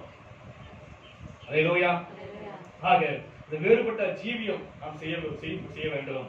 அடுத்தபடி வாசிப்போம், எசேக்கியேல் 16 வாசிப்போம். முடியும்.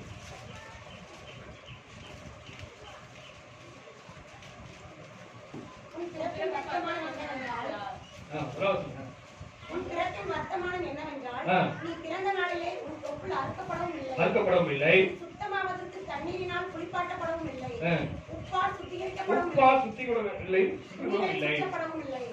உனக்கு ஜலத்தினால் முழுக்காட்டி உன்னை ரத்தமர ஸ்நானம் பண்ணி உனக்கு எண்ணெய் பூசி சித்திர கையலாடை உனக்கு உடுத்தி சாயந்திருத்த பாதரட்சையை உனக்கு தரித்து. இங்க பார்த்து சொல்றாரு, ஆண்டு சொல்றாரு, தண்ணீர் குளிப்பாட்டவும் இல்லை அப்படின்னது, உப்பால சுத்திகரிக்கப்படவும் இல்லை. பிறந்த குழந்தை என்ன தண்ணீரை கழுவிட்டு என்ன உப்பால சுத்தம் பண்ணாலும் சொல்லி அந்த காலத்தை செஞ்சுட்டாங்க. அவர் உப்பால் சுத்திகரிக்கப்படவும் இல்லை என்று சொல்லப்பட்டிருக்கு. அதே இறைமையால 16 சொல்லப்பட்டிருக்கு, ரத்தமர ஸ்நானம் பண்ணி உனக்கு என்ன செஞ்சேன், எண்ணெய் பூசிலேன்னு சொல்லப்பட்டிருக்கு. உப்பு என்பது எதை காட்டுது? உப்பு எதை காட்டுது?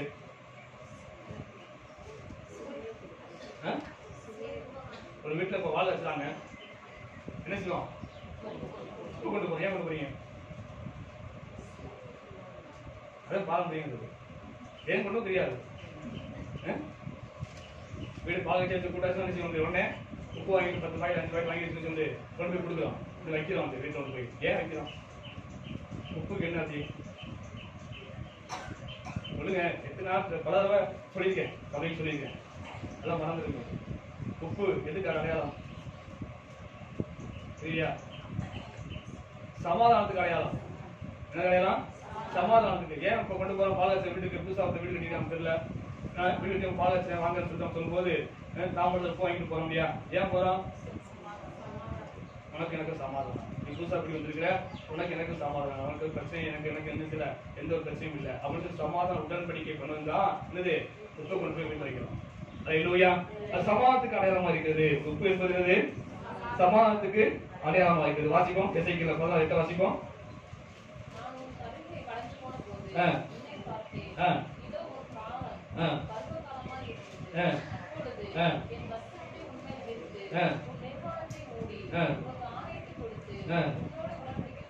உன்னோடு உடன்படிக்கை பண்ணினேன், அதான் உப்பு அடையாளம். சமாதான உடன்படிக்கை பண்றதுதான் உப்பு. அதே சமயத்துல இன்னொரு வருஷம் வாசி, மார்க்ல 1ஆம் அதிகாரம் 49 வாசிப்போம். மார்க் 9 49 50.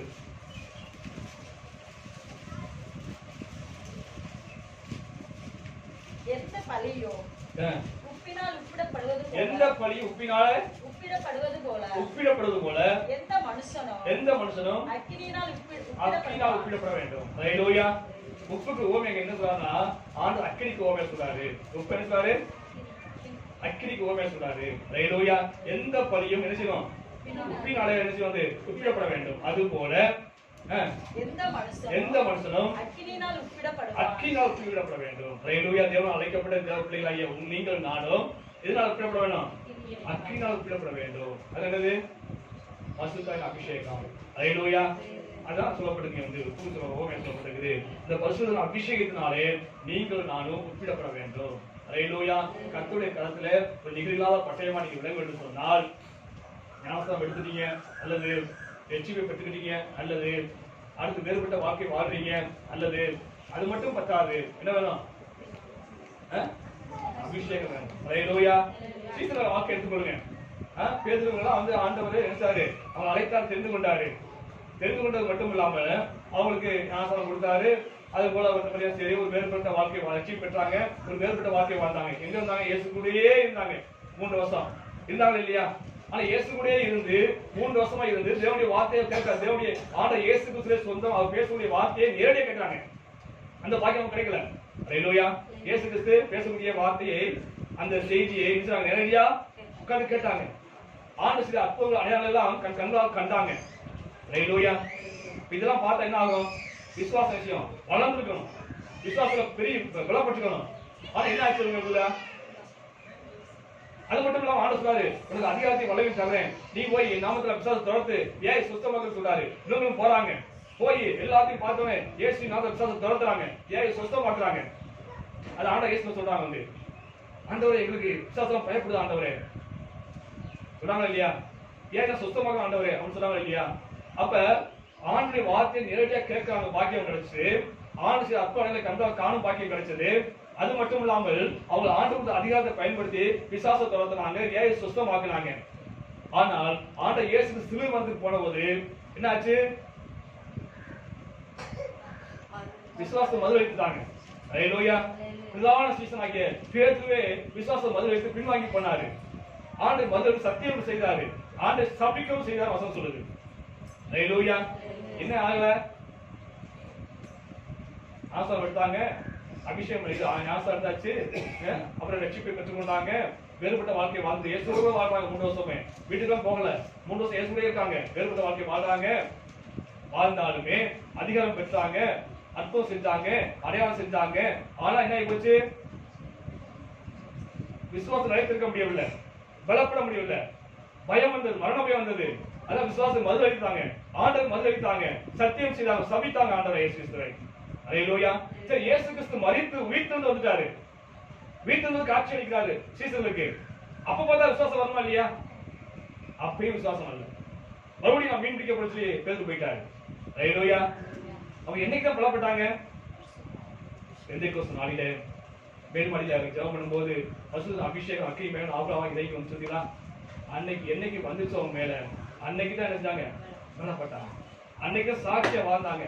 அதுக்கப்புறம் எவ்வளவு வாழ்க்கை சோதனை வந்துச்சு, எவ்வளவு பாடுகள் வந்துச்சு, அது மத்திய சாட்சி நின்றாங்க, கடைசி ரத்த சாட்சியா மறிச்சாங்க. ஹல்லேலூயா. அப்ப அவர் கிறிஸ்துவுக்குள் பலப்படுவதற்கு, அவர் சாட்சியா மாறுவதற்கு, தேவனுடைய கரத்துல வல்லமையா பயன்படுவதற்கு என்ன தேவைப்பட்டுச்சு? இந்த பரிசுத்த அபிஷேகம் தேவைப்பட்டுச்சு. அதான் உங்களுக்கு சொல்றேன், பரிசுத்த அபிஷேகம் கேளுங்க. உங்களால முடியாது, உலகத்தோட சோதனைகள் தாங்க உங்களால முடியாது, பலப்பட முடியாது, அவருடைய பிரச்சனை சமாளிக்க முடியாது, நீ வரக்கூடிய காலம் எல்லாம் பொல்லாத காலம், அதில் கிறிஸ்துவ நினைத்துக்க வேண்டும் சொன்னால் இந்த அபிஷேகம் இல்லாவிட்டால் நினைத்துக்க முடியாது.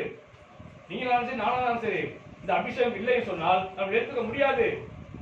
ஹல்லேலூயா. நம்ம பிசாசு ஜெயம் எடுக்க முடியாது. அதனால அபிஷேகத்தை பெற்றுக்கணும்னு சொல்றாங்க. ஹல்லேலூயா. ஆக இங்கே அந்த நிகழ்கால பட்டயம் வேணும்னு சொன்னா இந்த அபிஷேகம் தேவை. அதான் சரியா சொல்லப்பட்டு 4 சொல்லப்பட்டிருக்கு. கலத்தினால் அல்ல, பிராக்கத்தினால தேவனுடைய ஆவினாலே ஆகும். ஹல்லேலூயா. தேவனுடைய ஆவினால தான் ஆகும். நம்ம கிறிஸ்துவை நினைக்கணும்னு சொன்னா, நாம் பலப்படணும்னு சொன்னா, நான் சாட்சியா வாழ வேண்டும் சொன்னால் என்ன வேணும்? என்ன வேணும்? அபிஷேகம் வேணும். இந்த அபிஷேகம் இல்லாத இன்னைக்கு இன்னும் கோலையா உட்கார்ந்துருக்கோம். பிசாசு நம்மள தோக்கிட்டு இருக்குது இன்னைக்கு. ஹல்லேலூயா. அது எனக்கு துரத்துறது. இந்த அபிஷேகம் வந்தா தான் துரத்த முடியும். ஹல்லேலூயா. ஆக இந்த பட்டயம் நிகழாத பட்டயம் மாறுவதற்கு என்ன காரணம் சொன்னா, இது என்னது? தண்ணினாலே ரத்தக்கரை போல் கழுவப்பட்டது. அதுக்கப்புறம் அதுக்கு ஒரு வஸ்திரத்தை என்னச்சாங்க? உடுத்திட்டாங்க. அதுக்கப்புறம் வேறு பிரிக்கப்பட்டு தேவாலயத்தில் இருந்துச்சு. அதுக்கப்புறம் அதுக்கு எண்ணெய் பூசப்பட்டது. எண்ணெய் எதுக்கு அடையாளம்? பரிசுத்த ஆவியின் அபிஷேகத்துக்கு அடையாளம். ஹல்லேலூயா. இந்த 10 கன்னி ஓமையில சொல்லப்பட்டது. அவங்க எண்ணெயில் இருந்தா எண்ணெய் இருந்துச்சு, தீவட்டி எரிஞ்சிச்சு. சிலர் வந்து எண்ணெய் கொண்டு போகல, தீவட்டி எரிஞ்சு அமர்ந்து போச்சு. அதனால இருந்தாங்க வந்து கடைக்கு போயிட்டாங்க வேதம் சொல்லுது. அந்த எண்ணெய் எதுக்கு அடையாளம் சொன்னது? பரிசுத்த அபிஷேகத்துக்கு அடையாளம். ஆக இந்த பட்டயமானது நிகழாத பட்டயமாக காணப்படுவதற்கு காரணம் சொன்னா, இது ஒரு காலத்துல கோலியாத் எதிரி கையில இருந்துச்சு, அடுத்து தாவீது கையில வந்துச்சு. ஹல்லேலூயா. அது கையில பயன்பட்டுச்சு, அவனே வெட்டிச்சு. அது எதிராளியே செய்து அது வெட்டுச்சு. அது வெட்டப்பட்ட கத்தி என்ன செய்யுது? தண்ணினால கழுவப்பட்டுச்சு. கையில கழுவப்பட்டதுக்கு அதுக்கு வஸ்திரத்தை நினைச்சாங்க, உடுத்தி வைத்தாங்க. அது மட்டும் இல்லாம அதுக்கு என்ன செஞ்சாங்க வந்து வேறு பிரிக்கப்பட்டு தேவாலயத்தை கொண்டு வரப்பட்டுச்சு. அதுக்கு பிறகு என்ன செஞ்சாங்க? அது துருப்பிடிக்காதபடிக்கு அது என்ன செஞ்சு? எண்ணெய் பூசப்பட்டது. ஹல்லேலூயா. இத்தனை அனுபவமும் தேவனுடைய பிள்ளைகளாகிய உங்களுக்கும் எனக்கு இருக்க வேண்டும். ஒரு காலத்து சாத்தானுடைய காலத்துல நாம் இருந்தோம். ஹல்லேலூயா. பிசாசு நம்மை பயன்படுத்தி கொண்டிருந்தான். ஆண்டவர் இயேசு கிறிஸ்து தன் பலியினாலே தன் ரத்தத்தினாலே உங்களை என்னையும் மீட்டு அவரை களத்துல வைத்து நிற்கிறாரு. இன்னைக்கு அவனை அழிக்க முடியாத பயன்படுத்தக்கூடிய கருவியாக நீங்கள் நானும் இருக்க வேண்டும். தேவனுடைய விருப்பம். அந்த கத்தித்தான் ஆண்டு பட்டயம் சொல்வார் ஆண்டவர், இது நிகழாத பட்டயம் சொல்வார். ஹல்லேலூயா. நிகழாத பட்டயம் இருக்க வேண்டும் சொன்னால் நாம் இந்த அனுபவத்தை கடந்து வர வேண்டும். இந்த அனுபவம் பாவக்கரை போக கழுவப்பட வேண்டும். ஆண்டு தன்னுடைய ரட்சிப்பு வசத்தை கரைத்துக் கொள்ள வேண்டும். ஒரு வேறுபிக்கப்பட்ட வாழ்க்கை வாழ வேண்டும். வசூல் அபிஷேகத்தை பெற்றுக்கொள்ள வேண்டும். இத்தனை அனுபவம் இருந்துச்சுன்னா அது நிகழாத பட்டயமா இருக்க வேண்டும். இன்னொரு அனுபவம் இருக்கு இந்த பட்டயத்துக்கு. அதை வாசிப்போம். 1 சாமுவேல் 21:1 வாசிப்போம்.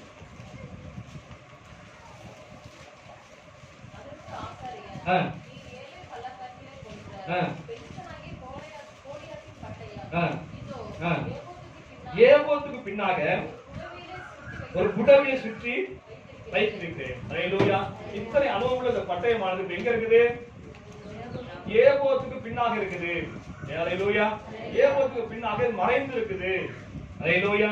இந்த பட்டயத்துக்கு பார்த்தா சரி நிறைய அனுபவங்கள் இருக்குது. ஒரு காலத்துல எதிரி கையில இருந்துச்சு, அது தாவீது கைக்கு வந்துச்சு. தாவீது கைக்கு வந்த அந்த பட்டயமானது அது ரத்தம் கழுவப்பட்டுச்சு. அதுக்கப்புறம் என்ன செஞ்சு அதுக்கு ஒரு வஸ்திரம் கொடுக்கப்பட்டுச்சு. அதுக்கப்புறம் பார்த்தீங்கன்னா சரி அது வேறு பிடிக்கப்பட்டு தேவாலயத்துக்கு வந்துச்சு. அதுக்கு பிறகு வந்து சரி அதுக்கு எண்ணெய் பூசப்பட்டு துருப்பிடிக்காத எண்ணெய் பூசப்பட்டு என்ன செய்யுது? அதுக்கு அந்த வஸ்திரம் சுத்தப்பட்டதாக ஏபோத்துக்கு பின்னாக இருக்குது. ஹல்லேலூயா. அங்க ஏபோத்து என்று சொன்னா என்னன்னா, பிரதான ஆசாரியன் ஊழியம் செய்யும் போது அணிந்திருக்கிற வஸ்திரம் தான் என்னது? ஏபோத்து.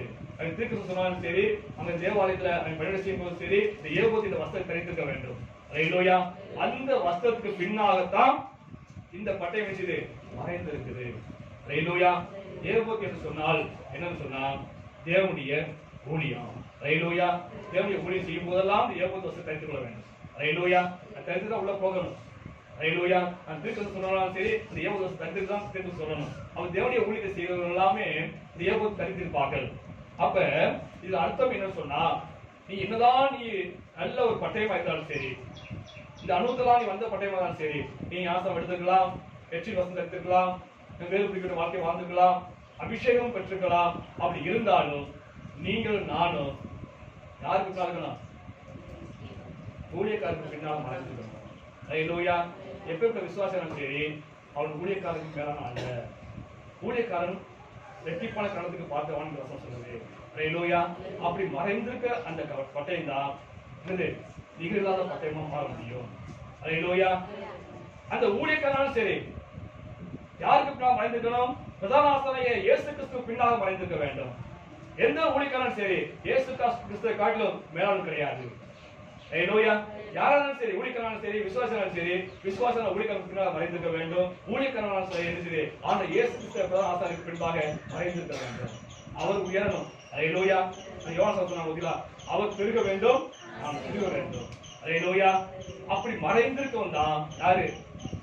உண்மையான நிகழில்லாத பட்டயமாக விளங்க முடியும். ஆண்டவர் காலத்துல இருக்கக்கூடிய பயன்படுத்தக்கூடிய பாத்திரமாக விளங்க முடியும். ஹல்லேலூயா. இந்த மறைந்திருக்க அனுபவம் வர மாட்டேங்குது. கொஞ்சம் சத்தியம் தெரிஞ்சா போதும். என்னது? நான் ஊழியக்காரன் சொல்லி பிரவர்த்தனை வந்து ஊழியக்காரன் மதிக்காம வந்து அவனுக்கு விரோதமாக காரியங்கள் செய்ய ஆரம்பிச்சிடும். ஹல்லேலூயா. நீங்க அநேக ஊழியக்காரர்கள் சரி இந்த இயேசு கிறிஸ்து பின்னால் மறைந்து சுபாவம் வர மாட்டேங்குது. இயேசு கிறிஸ்துனால மறைந்து சுபாவம் வர மாட்டேங்குது. தன்னை முந்தி காட்டிக் கொள்றாங்க. இயேசுவை காட்டுறதுக்கு பதிலாக தன்னை காட்டிக் கொள்ள விசுவாசிக்கிட்டாங்க. ஹல்லேலூயா. ஆண்டவர் சொன்னார் ஆத்துமாவை செய்ய சொன்னாரு. யாருக்கு ஆத்துமாவை செய்றாங்க? யாருக்கு ஆத்துமாவை செய்றாங்க? சொல்ல வார்த்தை புரியுதா? யாருக்கு ஆத்துமாவை செய்றாங்க? யாருக்கு? இயேசுக்கு ஆதாயம் செய்றாங்களா? தனக்கு தான் செய்றாங்க. ஹல்லேலூயா. சௌரி ஒரு அனுபவம், சௌரி பத்தி கேள்விப்பட்டேன். சௌரி பத்தி சரி புதுசா திருமணம் வந்திருக்காங்க. ஒரு சபையில இருந்து திருமணம் ஆகி வந்திருக்காங்க. அந்த சகோதரி பத்தி சரி காலை எந்திரிச்ச உடனே அவன் பாஸ்டர் போன் பேசணும். காலை எந்திரிச்ச உடனே பாஸ்டர் என்ன செய்யணும்? போன் பண்ணி பேசிடணும். ஹல்லேலூயா. அவர் பாஸ்டரோட பேசிடணும், அவர் பிள்ளைங்க பேசிடணும். அப்பதான் அவங்க மற்ற வேலை செய்ய முடியும். ஹல்லேலூயா. அவளை பேசாம இருக்க முடியாது. எதனாலும் சரி அவங்க சொல்லிடணும். எந்த குரூப் சம்பளம் இருந்தாலும் சரி உடனே பாஸ்டர் சொல்லிடணும். எங்க பாஸ்டர், எங்க பாஸ்டர், எது இருந்தாலும் எங்க பாஸ்டர், எங்க பாஸ்டர், எங்க பாஸ்டர்மா அப்படின்னு சொல்லி அப்படியே பாஸ்டர் பாஸ்டர்மா சொல்லிட்டே இருப்பாங்க. ஆனா அவங்க ஜெபம் பார்த்தீங்கன்னா சரி ஜெபம் பண்ணுவாங்க. ஜெபமே பண்றது கிடையாது. ஜெபம் பண்ண சொன்னாலும் சரி நான் பண்ணிக்குவோம். ஆனா பாஸ்டர் பேச மாட்டோம். காலை எழுந்த உடனே சரி பாஸ்டர் பேசணும். ஹல்லேலூயா. இப்ப என்ன நடந்திருக்குது? இந்த ஊழியக்காரர் என்ன பண்ணிருக்காரு? அந்த ஆத்மாவை தனக்கு ஆதாயப்படுத்தாவுடைய ஆண்டவர் இயேசு கிறிஸ்து ஆதாயப்படுத்தல. ஹல்லேலூயா. ஆண்டவர் இயேசு கிறிஸ்துவை காட்டிலும் அந்த சகோதரிய உள்ளத்துல யார் இருக்குது? பாஸ்டமா இருக்காங்க. ஹல்லேலூயா. அப்ப ஊழியக்காரர் பண்ணது என்னது? சரியா தவறா? எவ்வளவு ஊழியக்காரா இருக்கட்டுமே, வரம்பற்ற ஊழியக்கார வல்லமையா ஊழியக்காரா இருக்கட்டுமே, இயேசு கிறிஸ்து காட்டிலே அவருக்கு பெரிய மேலாண்மை கிடையாது. ஹல்லேலூயா. இப்படிப்பட்ட ஊழியக்காரர் நிறைய இருக்காங்க. விசுவாசி அநேக விசுவாசிகள் பாஸ்டர் எங்க பாஸ்டர் எங்க பாஸ்டர் எங்க பாஸ்டர் அப்படிதான் சொல்றாங்க. அந்த பாஸ்டரால பகிர்ந்து கொள்ளக்கூடிய ஆண்டவர் தன் காரியத்தை பகிர்ந்து கொள்ள கிடையாது. ஆண்டவர் ஒரு உறவை காட்டிலும் ஊழியக்காரருடைய உறவு தான் அதிகம் விரும்புறாங்க. ஹல்லேலூயா. அப்படின்னு பாஸ்டர் பிடிக்குது. அவங்க தனக்கென்று ஆதாயம் வச்சிருக்காங்க. அதான் சந்தோஷம் பேச, சிரிப்பு காட்ட, விளையாட, இப்படி பேசின உடனே அவங்களுக்கு ரொம்ப பிடிச்சு போச்சு. எங்க பாஸ்டர் பத்தி தெரியுமா உங்களுக்கு? எங்க பாஸ்டர் அப்படிப்பட்ட பாஸ்டர், அப்படி பேசுவாராக்கும், அப்படி சிரிச்சுட்டே இருப்பாராக்கும். ஆனா இந்த பாஸ்டர் எப்பதான் எழுதிச்சாரு கண்டிச்சுட்டே இருக்காரு. ஜெர்மனியா பைக் வச்சியா என்ன விசுவாசி அப்படின்னு சொல்லி கொடுவீங்க கண்டிச்சுட்டே இருக்காரு. அதனால விஷயம் அடங்கி இந்த பாஸ்டர் யாருக்கும் பிடிக்கிறது கிடையாது. அப்படி கவலைப்படவே கிடையாது. ஹல்லேலூயா. இந்த பாஸ்டர் யாருக்கும் பிடிக்காது. ஆனா ஆண்டவர் செய்யுது பிடிக்கும். ஹல்லேலூயா. நான் கர்த்தருக்கு தான் ஆத்மாவை செய்ய முடியும், எனக்கு ஆத்மாவை செய்யல. ஹல்லேலூயா. கர்த்தர் தான் உயர்த்தணும் ஒழிய எனக்கு தான் உயர்த்தம் கிடையாது. அதுதான் தேவனுடைய ஊழியம். ஹல்லேலூயா. அன்னைக்கு அநேக ஊழியக்காரர்கள் மறந்துடுறாங்க. அநேக இடத்துல அப்படிதான் பார்க்கிறோம். அநேக சபைகள் சாட்சியை கேட்கிறோம். அப்படி பாஸ்டர்களும் பிரியா இருக்கக்கூடிய தேவனுடைய பிரியை வைப்பது கிடையாது. தேவனோட உறவுல அவங்க பின்தங்கிதான் முடிய, ஆனா பாஸ்டரோட உறவுல ரொம்ப நெருக்கமா இருக்காங்க. ஹல்லேலூயா. இது ஆபத்தான ஒன்று. ஹல்லேலூயா. ஆக இந்த பட்டயமானது இவ்வளவு அனுபவங்கள் இருந்தாலுமே இந்த பட்டயம் ஏகோத்துக்கு பின்னாக மறைந்திருந்தது. அதனாலதான் தாவீது சொன்னாரு இதுக்கு நிகரில்லை. ஹல்லேலூயா. அதே போல நாம் என்னதான் அனுபவத்தை பெற்றிருந்தாலும், ஞானஸ்நானம் பெற்றுட்டோம், ரட்சிப்பை பெற்றுட்டோம், நாம் வேறு வாழ்க்கை வாழ்றோம், அபிஷேகம் பெற்றுட்டோம், பேதுரை போல அப்போஸ்தலர் போல அபிஷேகம் பெற்றுட்டோம். அப்படி இருந்தாலும் நீ யாருக்கு பின்னால் மறைந்தீர்கள் சொன்னால், ஆண்டவர் இயேசு கிறிஸ்து முதல் ஆசாரியர் இயேசு கிறிஸ்துக்கு பின்பாக மறைந்தீர்கள் சொன்னால், ஆண்டவர் இயேசு கிறிஸ்து பார்த்து சொல்வாரு இது நிகரில்லாத பட்டயம் என்று. ஹல்லேலூயா.